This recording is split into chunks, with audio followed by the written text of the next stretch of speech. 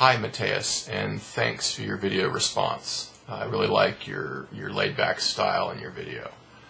And I see what you're saying. And from the perspective of a Christian, it's correct. However, it's not really fair. You can't really judge all other religions assuming that Christianity is true. That's called begging the question.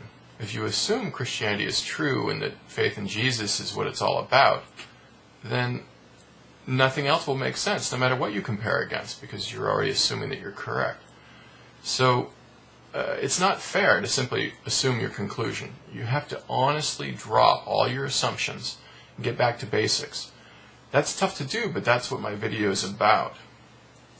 Why do you believe the prophets that tell you that it's all about having faith in Jesus, while you doubt prophets of other religions that say, for example, that obtaining enlightenment is what it's all about?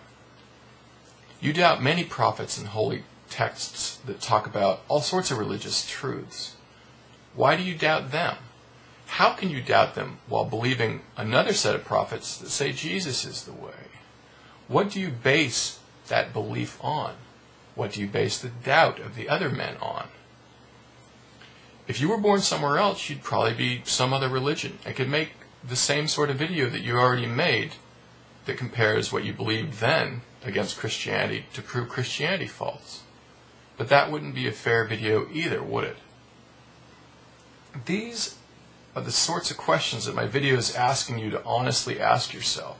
And the answer to those questions aren't as simple as simply assuming that Jesus is the way. So that's my response to your video. But let me add a little bit about your comments about sin and Jesus as a totally different subject. Because again, I don't think it had anything to do with my video, because you were just begging the question.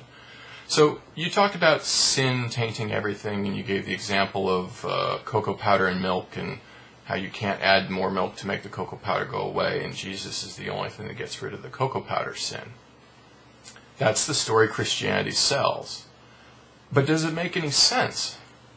Why is humanity doomed to hell because of what a long ago ancestor did?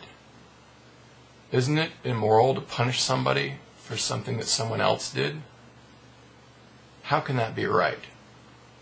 And what about blood sacrifice? Why does killing something make something else okay? Two wrongs don't make a right.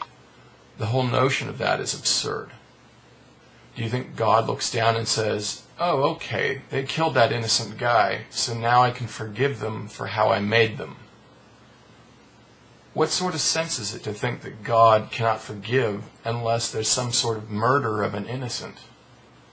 These are absurd, immoral things.